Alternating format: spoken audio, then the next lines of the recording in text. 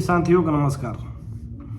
और आप सब लगातार 2-3 दिनों से 3 ही 4 सवाल पूछ रहे हैं, तो सोचा कि आप लोगों के बीच में वो सारी सवालों के जवाब लेकर आ जाऊं और बात ही कर पाऊँ आप लोगों से। और क्या करूं, हम तो कोई नेता वेता है नहीं कि आपको सचिवालय का सूत्र दें या कुछ आपको खबर झूठी दे ऐसा कि जिस पे आप लोगों का ध्यान अटका रहा है। जो है फैक्ट टू फैक्ट बात बोलते हैं, वही आदत है। सबसे पहले जो टीआरई 3 से चयनित अभ्यर्थी हैं वो सवाल पूछ रहे हैं कि उनका ज्वाइनिंग कब होगा। मसला जाहिर सी बात है कि 1 साल हो गया टीआरई 3 का एग्ज़ाम और सारी प्रक्रिया को लेकर करीब 1 साल हो गया है। उसके बाद रिजल्ट जारी होता है, काउंसलिंग वर्क भी कराते हैं और अभी तक ज्वाइनिंग लेटर का पता नहीं कि जो नियुक्ति पत्र कब मिलेगी। उसके बाद स्कूल पदस्थापना का पत्र भी निर्गत होगा, वो भी आप लोगों को मिलेगा। तो भाइयों, मैं बता देना चाहता हूँ आप लोग के लिए अभी 1 महीना समय है। फरवरी माह में तो शायद नहीं मिलने वाला है।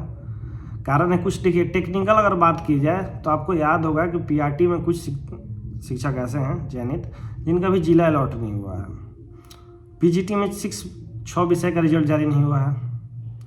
उसके बाद पीजीटी के भी कुछ रिजल्ट में जैसे इकोनॉमिक्स हो गया और 1-2 सब्जेक्ट है जिसमें जिला अलॉट कुछ चयनित अभ्यर्थियों का नहीं हुआ है, तो वो लोग अलग परेशान हैं। और विभाग ये चीज़ को देख रहा है कि एक ही रिजल्ट में कुछ लोग अगर छूट जाते हैं तो फिर वो लोग कोर्ट का सहारा जाएंगे या कुछ और करेंगे। इससे पहले सोच रहा है कि विभाग उन जो अभ्यर्थी छूट गए हैं जिनका जिला अलॉट नहीं हुआ उनका जिला अलॉट करके काउंसलिंग कराकर एक ही साथ सबका अपॉइंटमेंट लेटर दिया जाए। यही चक्कर में है विभाग। तो आप लोग एक सवाल करेंगे कल्याण विभाग वाला तो आ गया, तो भैया कल्याण विभाग में बहुत कम अभ्यर्थी चयनित हुए थे, उनका सारे लोगों का अलॉट हो गया था जिला, इस वजह से उनका अपॉइंटमेंट लेटर मिल गया और जो भी स्कूल पदस्थापना होता है वो मिल गया। लेकिन आप लोगों की संख्या ज़्यादा है, आप लोगों में ही बच्चे हैं, उनमें तो बच्चे नहीं हैं। तो ये चीज़ आपको समझना पड़ेगा। विगत आप लोगों ने 2 दिन ट्विटर कैंपेन भी किया, मैंने भी सपोर्ट किया, मैंने भी ट्वीट किया जितना हो सकता था आईडी ब्लॉक होने तक। ऐसा नहीं है कि हम लोग टीआरई 3 के जो चयनित अभ्यर्थी उनका हित नहीं चाहते। हम लोग चाहते हैं कि जितने भी आंदोलन के समय से जुड़े हुए शिक्षक और बीच में जो जुड़े हुए अभ्यर्थी हैं सबका भला हो जाए, आज नहीं कल आगे पीछे करके सबकी ज्वाइनिंग हो जाए। तो ये कभी भी भ्रम मत रखिएगा कि टीआरई 1 वाले, टीआरई 2 वाले, टीआरई 3 वाले अलग अलग हैं। सब विद्यालय अध्यापक है, सबकी बहाली बीपीएससी के थ्रू ही हो रही है, तो कोई अलग नहीं है, आगे पीछे हो रही है। तो आप लोग टीआरई 3 वाले भाई परेशान नहीं हो।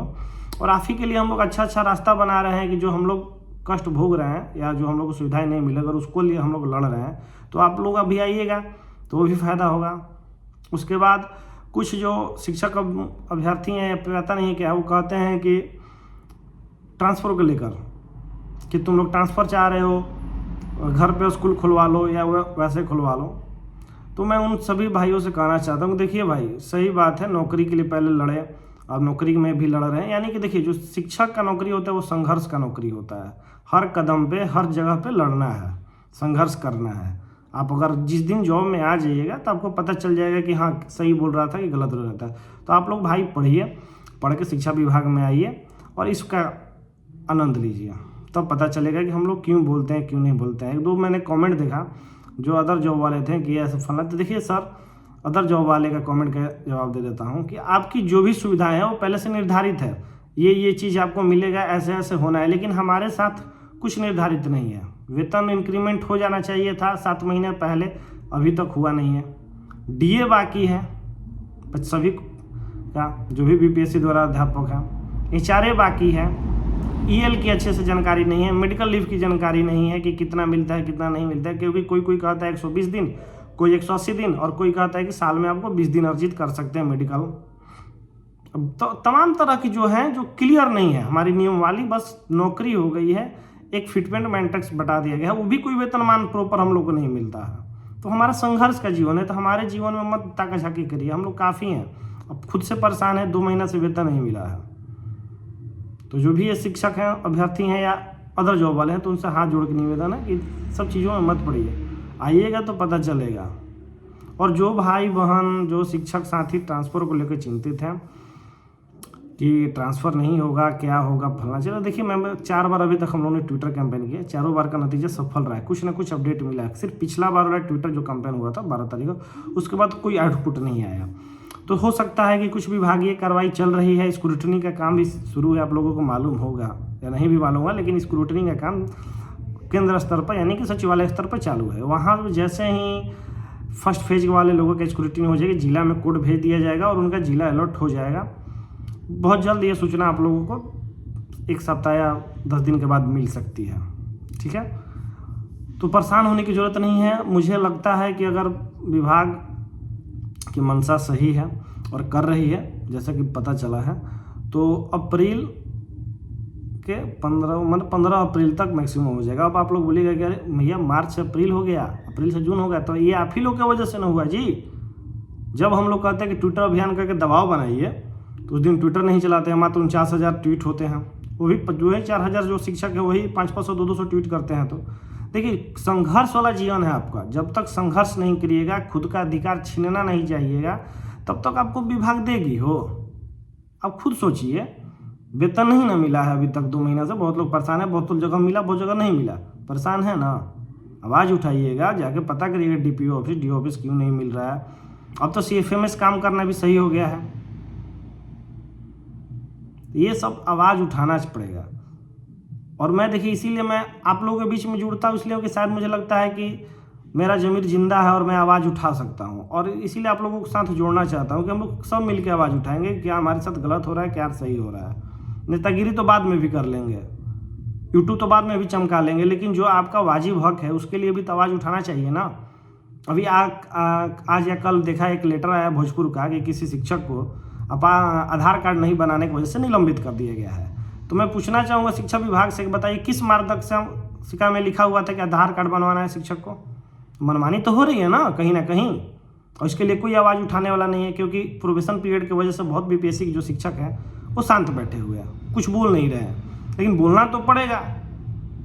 आज नहीं बोलिएगा तो धीरे धीरे दबते दबते दिन कितना दब जाइएगा किसी भी कारण। देखिए, मैं शिक्षा विभाग से कहना, जो करप्ट है शिक्षक, जो गलत हैं, जो लापरवाही करते हैं, उस पर फुल्ली एक्शन लीजिए, उनको जो करना है कीजिए। लेकिन जो बेचारे अभी नए जो में उनको कुछ जानकारियाँ नहीं है, उन पर अगर कार्रवाई कर देती है किसी झूठा कंप्लेन की वजह से, तो ये गलत है। उनका भी कुछ है। अगर जॉब पा रहे हैं, एक और शिक्षा विभाग के अधिकारी, बड़े अधिकारी कहते हैं कि शिक्षकों को सिर्फ शिक्षा देना है। तो जब शिक्षा देना है तो आधार कार्ड नहीं बनाने की वजह से निलंबित क्यों हुआ, अपार कार्ड ID नहीं बनाने से शिक्षकों का वेतन क्यों कटा, वो भी 7-7 दिन का। सोचते हैं इतना ज़्यादा सैलरी भी नहीं देते हैं। केंद्रीय वेतनमान का लेवल 6 लेवल 7 का भी सुविधा नहीं मिलता है बिहार के शिक्षकों को अदर कर्मचारियों के तहत। वो बात अलग है कि हम लोग भविष्य में आपसे मांगेंगे, ये तय है, केंद्रीय वेतनमान आपसे मांगेंगे, लेकिन शिक्षकों को भी एक गरिमा होती है, उनका भी इंसानियत है, उस पर इंसान जैसा ट्रीट किया जाए। बस यही कहना चाहूँगा सभी शिक्षक साथियों से। ये दिल की आवाज़ है आप लोगों से, बस इसीलिए जुड़ता हूँ, वीडियो बनाता हूँ कि बस आप लोगों से बातचीत हो जाए और एक होने का हम लोग प्रयत्न करें। मैंने तो बहुत जगह देखा कि किसी ने बोला कि ये करने से ये नुकसान हो जाएगा, वो करने से नुकसान होगा। आप लोगों को तो पता होगा ना कि जब छुट्टी हो रही है, विगत 3-4 दिनों से मैं बोल रहा हूँ कि जितने भी नेताओं हैं, जितने मेरे संपर्क में हो सकता है, जिससे लाइनअप हो सकता है, लगातार मिलने की कोशिश कर रहा हूँ। विधायक से मिला, संदीप सौरभ जी से मिले, मदन मोहन झा से बात हुई, भाजपा का कार्यालय गए, और कल छुट्टी यानी कि संडे के दिन कल भी कहीं का प्लान है, कहीं किसी भी मंत्री विधायक के पास जा रहा हूँ आप लोगों के लिए आवाज़ उठाने के लिए, ट्रांसफ़र के लिए। आप सब देखते होंगे कि अब धीरे धीरे न्यूज़ में भी आने लगा है नेताओं का बयान ट्रांसफ़र के लिए। तो ऐसे आ रहा है क्या, बिना कोशिश का आ रहा है? कोशिश हो रही है। घर बैठे यूट्यूब पर सिर्फ मेरा वीडियो बनाने का काम नहीं है, हर छुट्टी के दिन कहीं ना कहीं जाते हैं, किसी से मिलते हैं, कोई आवेदन देता है। और ये हम अकेले नहीं, हमारे साथ बहुत सारे लोग जुड़े हुए हैं, कम से कम एक टीम काम करती है। जैसे हम लोग आंदोलन में एक टीम बना के काम करते हैं, उसी तरह से जो शिक्षक का कुछ टीम है वैसे काम करिए। वही टीम बना के ट्विटर कैंपेनिंग भी आप लोगों को कराते हैं। हम लोग सफल होते हैं, इस बार भी हुआ। बिहार में नंबर 1, भारत में 7 पर तो गया, नंबर 1 तो नहीं हो पाया। कारण जो भी हो आप लोग जानते हैं, क्या नहीं हो पाया, क्या नहीं हो पाया। बस यही कहना चाहूँगा कि वीडियो ज़्यादा लंबा ना हो, 10 मिनट का समय रहता है, 12 मिनट का वीडियो बनाना चाहता हूँ आप लोगों से बस जुड़ने के लिए, और मेरी कोई इच्छा नहीं है। बस यही अपील है कि आप लोग जुड़िए और एक होइए, आवाज़ दो हम एक है का नारा लेंगे, और आगे की लड़ाई के लिए भी देखेंगे। बहुत संघर्ष का जीवन है आपका, कहीं स्कूल में हेडमास्टर टॉर्चर कर रहा है, कहीं ग्रामीण टॉर्चर कर रहा है। अलग अलग कठिनाइयों से आप लोग जूझ रहे हैं, पता है। कोई प्रेग्नेंट है महिला, उनको छुट्टी नहीं मिल पा रही है, कोई मैटरनिटी लीव किसी को नहीं मिल पा रही है, अनेकों तरह का प्रॉब्लम है। कोई बीमार पड़ जा रहा है तो उसको छुट्टी नहीं है। अभी तो मैं देख रहा हूँ कि एक ही शिक्षक को वीक्षण कार्य में भी लगा दिया गया, उसी को फिर 17 तारीख से ट्रेनिंग में दे दिया गया। अब बेचारा करे तो क्या करे, तो उसको डबल रुकना पड़ेगा ना, दोनों जगह ड्यूटी करने के लिए। एक जगह तो नाम अब कटवाना पड़ेगा। अनेकों समस्याएं हैं, इसके लिए हमें एक प्लेटफॉर्म पर आना पड़ेगा।